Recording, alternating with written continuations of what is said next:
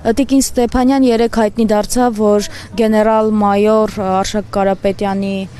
դեմ նոր քրեական գործ կա եւ քրեական գործը առնչվում է Սև լճին, ինքը ասաց, որ այդ ամենը անդրադարձել էր ընդհանրապես իրականության հետ կապ չունի, Սև լճում իբր հրաման է տվել, որպեսզի դիրքերը լքեն նահանջեն, այսինքն եւ առիթից օգտվել է հակառակորդը, ինչ կարող եք ասել։ Իսկ ով է այդ քրեական գործը հարուցողը, Փաշինյանական արդարադատությունից ինչ որ մեկը,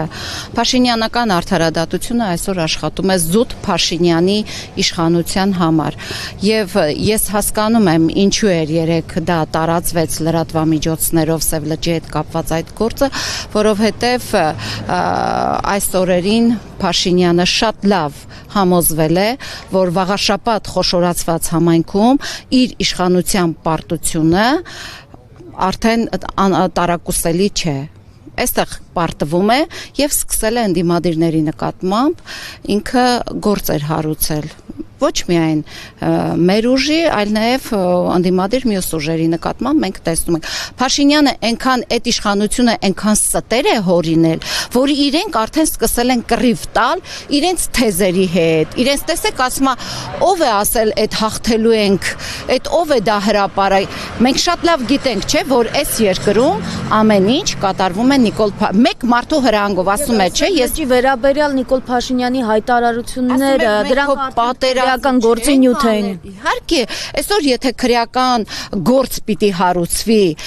ոչ միայն Սև լճի, այլ նաև Արցախը հանձնելու առումով, այդ մեկ մարդը, որի դեմ պիտի հարուցվի, դա Նիկոլ Փաշինյանն է։ Այս երկրում թիվ 1 պատասխանատուն եւ թիվ 1 մեղավորը Այս ամեն ինչի դա Նիկոլ Փաշինյանն է։ Հիշում եք, ասում էր կառավարությունը ես եմ։ Իրենք սկսել են արդեն իրենց ստեղծած թեզերի, իրենց ստեղծած կարգախոսերի դեմ կռիվ տալ։ Եվ շատ լավ հասկանում ենք, որ սրա տակ քաղաքական ենթատեքստ է թաքնված։ Մի քանի օրով հայրենասեր էլ կդառնան, եթե պետք է ընտրությունների համար։ Իրենք չեն կարող դառնալ ոչ հայրենասեր, ոչ ժողովուրդը մենք տունարտուն ենք մտնում, մեզ ասում են ռադարեք դրանց։ Մենք շատ լավ տեսնում ենք, որ մեքենան դրված է ու կարում են քրեական գործեր բոլոր ընդդիմադիրների դեմ։ Իսկ գեներալ Արշակ Կարապետյանի դեմ այդ երեկվա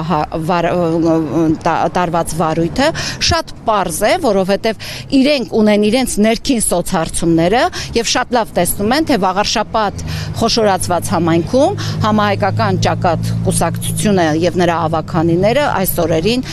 ինչ վարկանիշ ունեն եւ ինչ են արձանագրելու ամսի 16-ին։ Դա ես կարծում եմ Փաշինյանը փորձել է այդպեսով սև բիծ դնել մեր ուժի վրա, բայց ես շատ լավ հասկանում եմ, որ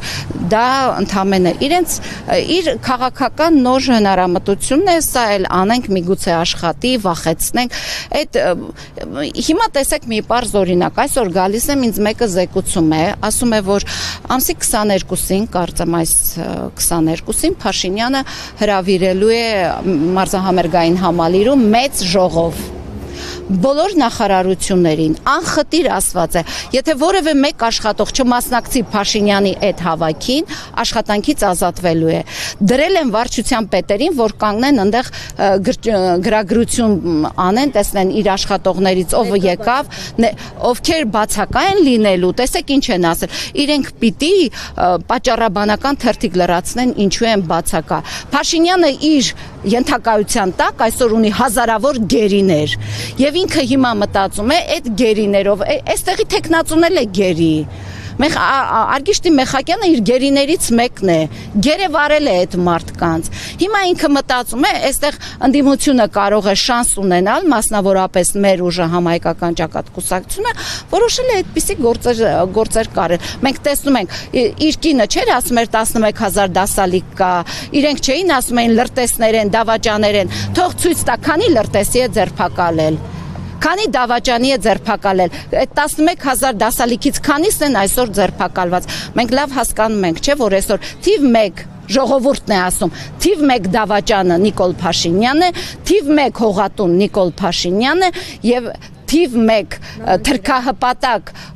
իշխանությունը Փաշինյանական իշխանությունը եւ մի թիվ 1 նահանջողը ու հողեր հանձնողը ժողովուրդն է ասում, Փաշինյանական իշխանությունն է։ Իսկ ժողովուրդը, ինչպես գիտենք, ասում է այն, ինչ գիտի եւ ինչ տեղյակ է։